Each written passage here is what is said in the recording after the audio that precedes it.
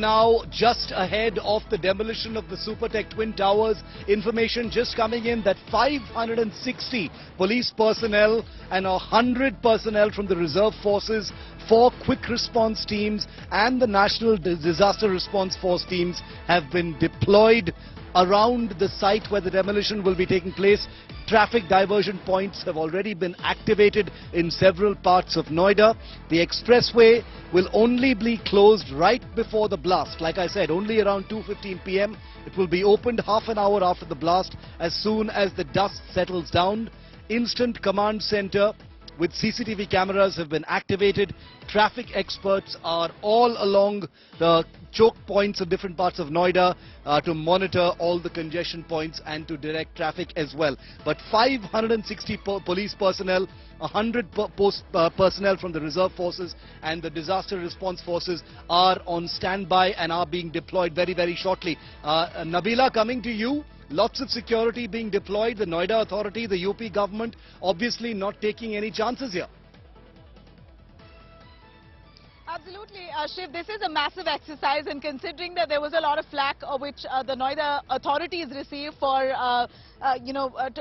for allowing a construction like this in cahoots with the builders, it appears that this time none of the officials, with regards to the police department or the government on the whole, the UP government here, are leaving anything to chance. At this point, 560 police personnel have been deployed in this entire area of Noida, Sector 93A. Apart from that, 100 people from the reserve forces, 4 quick response teams and NDRF teams also deployed. They're all kept on standby. Traffic diversions all already in place. In fact, vehicles are not allowed. In fact, I'm right at the flyover here, which is a very busy flyover. The road below is also a very busy stretch. This entire extension here has been completely cordoned off. And what's very important to know is that the expressway will be completely closed right before the blast. The blast is at 2:30 p.m. The expressway will be closed at 2:15 p.m. itself. 15 minutes before the blast, they're going to stop all kind of traffic, and it will be opened only half an hour after the blast, after the dust settles. So you don't know how far or what kind of consequences that the demolition would have. The dust and the wind speed, could it really block visibility for vehicles and vehicular movement? That's the apprehension that even the local authorities have, which is why they've completely cordoned off the area for any kind of traffic movement. So one can imagine expressway, which is a traffic zone, which is a busy stretch on a regular day. The entire expressway will be fully cordoned off 15 minutes before the blast takes place. So it will be opened up only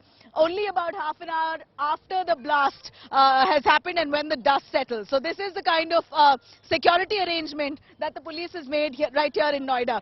Shiv, the twin towers that you see here, it's much taller than Qutub Minar.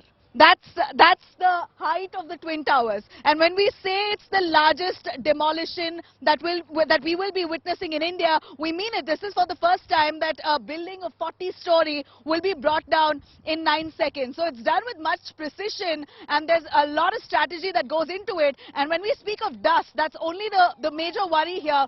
Locals around here have been asked very strictly by all their RWAs to wear an N95 mask.